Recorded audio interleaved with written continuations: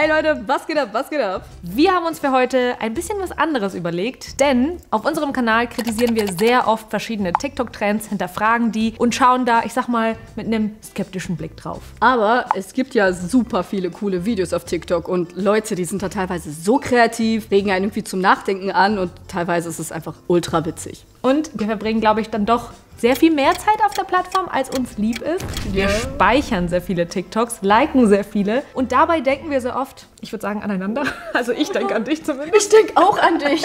Und wir haben uns gedacht, wäre doch vielleicht mal ganz cool, wenn wir diese gespeicherten TikToks euch zeigen und mit euch zusammen darauf reagieren. Wäre das was? Ey, das wäre was. Let's go! Dann würde ich sagen, fangen wir mal mit dem ersten TikTok an, den ich gespeichert habe und an dich denken musste. Okay. Dann mache ich dir den Vorschlag, wir beenden das hier, weil ich fühle mich einfach nicht gut, wenn ich deine Nachrichten lese oder höre. Das hat ja keinen Sinn so. Perfekt, hätte nicht gepasst. Dein Charakter ist viel zu kompliziert. Glaube nicht, dass du so jemanden findest. Perfekt, wir kriegen sowieso kein Treffen hin. Ich suche mir eine Frau unter 30, denn über 30 scheint nicht mehr normal zu seinem Kopf. Das Bei, das haben die von dir geklaut. Also ich liebe es, wie sie einfach wie so eine Fliege durch den Bildschirm herumfliegt. Ich liebe alles daran, weil ich sag mal so, sie hat ja sehr krass kommuniziert, sehr offen, trotzdem finde ich respektvoll, dass das irgendwie mit dem Gegenüber keinen Sinn macht. Ja. Es gibt ja auch so die Option zu ghosten. Sie hat sich gedacht, nö, ich sag das jetzt. Ich finde das cool, wenn man so ganz offen und ehrlich direkt... Aber ab da ist es irgendwie so eine wilde Achterbahnfahrt. Er sagt nur zuerst perfekt. Da hätte es aufhören können, meiner Meinung nach. Aber wie geil reagiert ist das, wenn das ein echter Song ist, der irgendwie rauskommt, dann würde ich den in unsere Playlist packen. Das hat Ohrwurmpotenzial. Ich habe mir letztens eine Dating-App gemacht, ich weiß nicht warum. It was at this moment that she knew. She fucked up. Und dann habe ich auch eine sehr fragwürdige Nachricht bekommen und ich spiele auch mit dem Gedanken, so einen Song daraus zu machen. Ich weiß, warum du das gespeichert hast.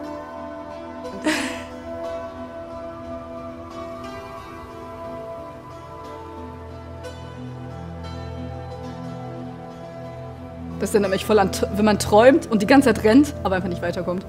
Sie macht das so gut, Alter. Oh Gott, wie creepy. Weißt du, was das Krasse ist? Ich habe dieses TikTok auch gesehen und dann habe ich war mit jemand anderem unterwegs und habe dann gesagt, nee, das ist nicht echt. Ja. Und die andere Person so, hä, doch? Und ich war so, hä, siehst du das nicht? Und dann habe ich draufgeklickt und habe gesehen, dass die Person doch echt ist und nur so tut, als wäre sie fake. Das finde ich so krass. Das ist einfach so mindblown. Aber sie schaut halt auch unecht aus. Wieso? Das ist so krass. Wieso schaut sie so unecht aus? Weil ich habe mich ja jetzt viel in Videos auch mit so unechten Menschen oder so Technik oder sowas befasst und fand das da ja schon teilweise sehr schwer zu erkennen. Aber ich fand es schwer zu erkennen, wenn fake Menschen auf echt machen. Das ist jetzt eine echte Person, die auf fake macht und ich finde es genauso schwer zu erkennen. Die Trennlinie verwischt immer und immer mehr. Aber wie soll man da dann durchsteigen?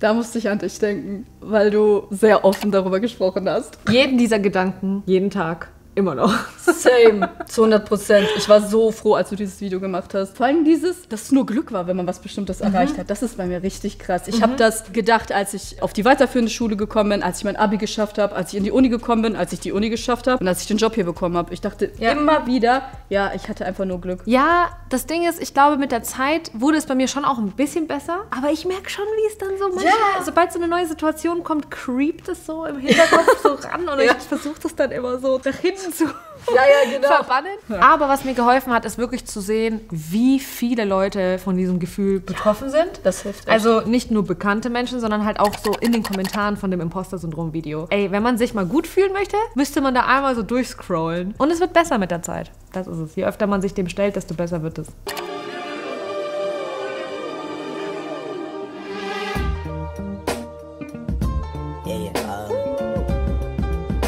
Okay. Kennst du den Trend gerade? Ich kenne das nicht, aber das Video bringt es so hart auf den Punkt. Das führt einem einfach vor Augen, wie klein wir im Vergleich zu all dem, was um uns herum ist, sind. Was wir in dem Moment ja gar nicht checken, weil wir natürlich total drin sind in diesen Ängsten. Aber wenn man mal so drüber nachdenkt, kann das ja voll helfen. Voll, also mir hilft das tatsächlich ab und zu mal. Weil, ne, deswegen übrigens auch hier auch eine Sonne hintätowiert, weil ich finde die im Vergleich zu uns auch schon so riesig. Das ist manchmal cool. Ist das der Grund, warum du das, ein Gedanke dahinter quasi? Geil. Das ist tatsächlich der Grund dahinter, weil ich mir gedacht habe, manchmal hilft es mir drauf zu schauen und zu wissen, so wir sind so. Wir sind so klein. Wir sind so klein. Wir sind so süß, wie kleine Ameisen. I was born in 1996 and I need a generation that fits. Hey you! Hey Gen Z, no pot on our head, we got better memes and existential dread. Be a millennial, we're totally grown. We got DVDs and tons of student loans. But you can't do a TikTok dance. But you can't wear anything but Well, I sweatpants. bet you don't know how tricky this is. Well, I bet you never taken a BuzzFeed quiz. Billie Eilish, Harry Potter, Jim and Pam. Oh my God, I love The Office. Alle können sich auf The Office einigen. The Office bleibt so, egal welche Zeit, egal, das bleibt einfach Klassiker. Ich habe es mir ja neulich mal wieder angeschaut. Schwierig. Also ich liebe die Serie sehr. Aber ich habe ein bisschen mehr gebraucht, reinzukommen, weil da schon auch Sachen passieren, die für mich schwer anzusehen waren. So der Ich habe es nie geschaut, tatsächlich. Ja, der Grund, warum ich dir das vor allen Dingen auch nochmal zeigen wollte, ist, weil da wird ja so dieses Gefühl thematisiert von Leuten, die so an der Grenze so geboren sind. Also ich habe nochmal nachgeguckt, laut dem Pew Research Center fängt Gen Z ab 1997 an, also dass man da geboren ist. Ich bin ja 97 geboren, also laut dem bin ich offiziell noch Gen Z. Aber wenn man mal ein bisschen weiter guckt, es gibt 100 verschiedene Zahlen. Ja. Also manche sagen früher, manche später. Ja. Ich habe mich irgendwie schon so in dem TikTok wiedergefunden, weil ich mir dachte, ja, irgendwie von beidem. Ich merke voll Gen Z-Anteile, Gen Z-Humor und aber eben auch Dinge, die halt irgendwie Millennials fühlen. Wie ist es? Voll. Mich hat mal interessiert, wie das halt bei dir so ist. Same. Also die typischen Millennial-Sachen habe ich zum Beispiel gar nicht so krass gefühlt. Ich auch Also ich nicht. glaube, es ist, obwohl ich ja wahrscheinlich alterstechnisch noch viel mehr beim Millennial bin, gibt es auch Quellen, die sagen, so, es gibt ja diese Cusper, nennt sich das. Also on the cusp heißt quasi an der Ecke oder sowas übersetzt. Also dass du mehr oder weniger zwischen beiden Generationen Ja, bist. genau. Und ich glaube, das trifft es tatsächlich auch eher, weil man sowohl die ganzen Harry Potter-Geschichten als auch die Billie Eilish-Sachen mitbekommt und dann halt eigentlich gar nicht so intensive Gefühle hat zu dem einen oder anderen. Und ich glaube, das ist so was völlig Individuelles.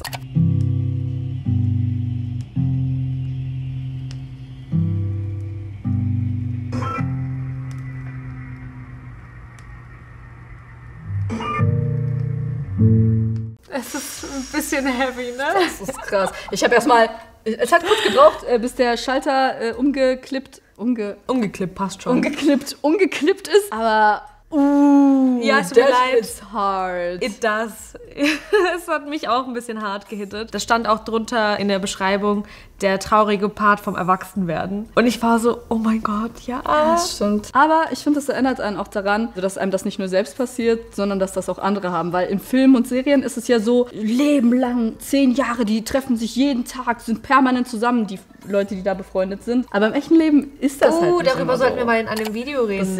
Das ist eine Idee, ne? Ja, weil ich finde zum Beispiel, mich hat das damals sehr oft berührt, wenn halt eine Freundschaft zu Ende gegangen ist. Aber ich finde, man sollte Freundschaften eher sehen als, man hat irgendwie vielleicht voll oft eine Freundin, einen Freund für eine bestimmte Phase des Lebens Ja. und es ist vollkommen unrealistisch, dass so viele Leute von Anfang bis Ende sich komplett immer mit dir entwickeln. Es ist das Natürlichste der Welt, dass sowas auseinandergeht. Manche Leute sind das ganze Buch, andere nur ein Kapitel. Es ist schwer, die Neue auf der Schule zu sein. Willkommen bei den Freaks, Loser. Vor allem für ein unschuldiges Mädchen wie mich. Willst du mit uns Bitches abhängen? Okay. Beliebt zu sein ist ziemlich fit. Katie, stehst du auf meinen Ex? Ich kann gerne ein gutes Wort bei ihm einlegen. Echt? Na, ich bin doch wieder mit ihm zusammen. Die Bitch mach ich fertig. Es ist nur aus dir geworden. Du bist ein Abziehbild von Regina. Aaron! Du bist so selbstverliebt, dass niemand dich mehr leiden kann. Sie hat mich fett werden lassen.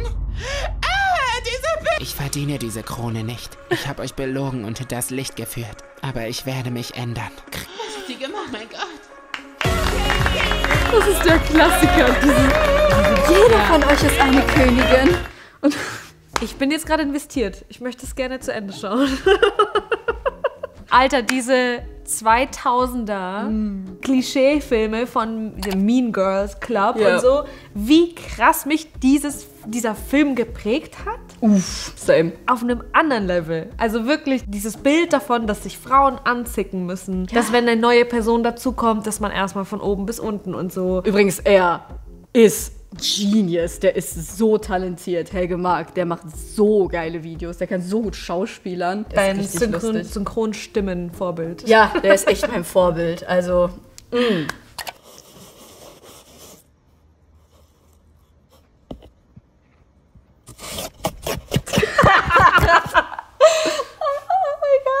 Das hat mich so erwischt irgendwie, als ich dieses TikTok gesehen habe, weil, also in den Kommentaren haben sich viele gedacht, stimmt, warum kriegt man eigentlich so eine kleine Kabine, wenn man sich das danach ist halt echt, macht? das ist echt absurd eigentlich, wenn man so drüber nachdenkt. Ich wollte eigentlich das nur mit reinnehmen, um zu sagen, ich weiß, es ist super unangenehm. Ich weiß nicht, wie gerne du diesen Termin wahrnimmst, aber bei mir geht's so. Ich würde es am liebsten komplett einfach nicht machen. Aber sollte man natürlich, also die jährliche Routineuntersuchung Krebsvorsorge sollte man wirklich immer einhalten. Und wenn ihr es nicht gemacht habt, nehmt euer Handy raus, ruft Frauenarzt, Frauenärztin eures Vertrauens jetzt am besten sofort an und macht einen Termin aus. Alle, die so um 23 Uhr die Videos gucken. Hallo! Vorausgesetzt, die Praxisen haben offen. Ja. Ey, ich mein's ernst. Die will mich am Penny abholen. Ja, wir schaffen das. Nein, schaffen wir eben nicht. Der hat gesagt, jetzt sofort. Oh no. Man sagt, der ist doch nicht übertreiben. Ey, was übertreiben. Oh mein Gott. Der Grund, warum ich das rausgesucht habe, wir hatten das einmal kurz als Thema. Wir beide haben ausländische Eltern. Und das Ding ist, bei mir ist es so, das trifft schon relativ gut zu. Aber du hast mir mal erzählt, dass deine Mutter zum Beispiel gar nicht so war. Ja. Das finde ich irgendwie super interessant. Ja, meine Mom hat eine sehr lockere Erziehung in dem Sinne gehabt und uns ein bisschen machen lassen. Oder wofür ich sehr dankbar bin. Aber auf der anderen Seite musste ich halt meinen Shit dann relativ schnell selbst in die Hand kriegen. Warte mal, hat das Deutsch? In die Hand nehmen. In die Hand. Ja, das mit den Sprichwörtern, das ist Wir auch haben noch doch mal gesagt, so wir haben ausländische Eltern. Ist so. Don't judge us. Gleichzeitig hat sie auch quasi nicht kontrolliert, ob man irgendwie Hausaufgaben oder sowas macht. Aber ich sag mal so, ich habe die 5. wiederholt. Und dann habe ich es halt auf die Art und Weise gelernt. Bei mir war es zum Beispiel so, es wurde sehr darauf geachtet, dass ich nicht zu lange draußen bin, mit wem ich rausgehe, dass ich mich auch nicht zu oft mit Freunden treffe. Krass. Das ist auch so ein typisches albanisches Phänomen. Da gibt es auch Memes irgendwie zu, wo es heißt, hey, warum willst du nicht raus? Nee, das verstehst du nicht, ich habe albanische Eltern. So. Ich darf nicht. Ne, das war nicht selten so, dass ich dann gerne zu einer Übernachtungsparty... Das ist voll sad. Ja, schon, aber es ist halt so dieses typische, was auch bei einem TikTok gezeigt wird. Glaubst du, das beeinflusst dich bis heute ein bisschen? Ja, glaube ich schon. Das Thema mit Jungs reden und so, da wollen wir gar nicht mit anfangen.